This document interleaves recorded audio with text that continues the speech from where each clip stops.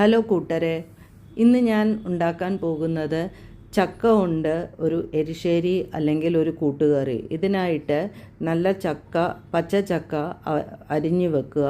അതിൻ്റെ കൂടെ ചക്കക്കുരു അരിഞ്ഞു വെക്കുക. അല്ലെങ്കിൽ അത് സെപ്പറേറ്റ് ആയിട്ട് വേവിച്ചിട്ട് ഇതിൽ ചേർത്താലും മതി.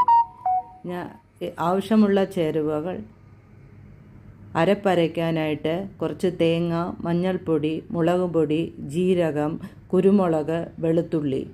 ഇത് നല്ലതുപോലെ അരച്ചെടുക്കുക. ഞാൻ ഇവിടെ ചക്കക്കുരു സെപ്പറേറ്റ് ആയിട്ടാണ് വേവിച്ചെടുത്തത്. ഇതിൻ്റെ കൂടെ അരപ്പിൻ്റെ കൂടെ ഒരു 3 പച്ചമുളകും കൂടെ അരയ്ക്കുന്നുണ്ട്.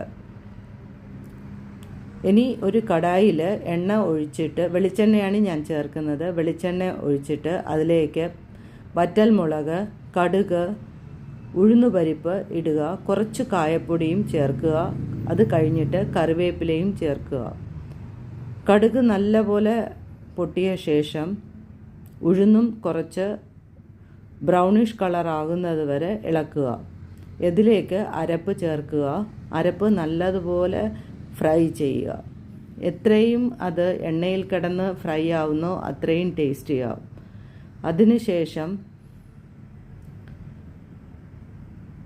വേവിച്ചു വെച്ച ചക്കയും ചക്കക്കുരുവും കൂടെ ഇതിൽ ചേർത്ത് നല്ലതുപോലെ മിക്സ് ചെയ്യുക. എല്ലാം നല്ലപോലെ മിശ്രിതമായ ശേഷം ഒന്നീ നല്ല പോലെ വെള്ളം വറ്റിക്കാം, അല്ലെങ്കിൽ കുറച്ച് ഗ്രേവിയോടുകൂടി തന്നെയും കഴിക്കാം.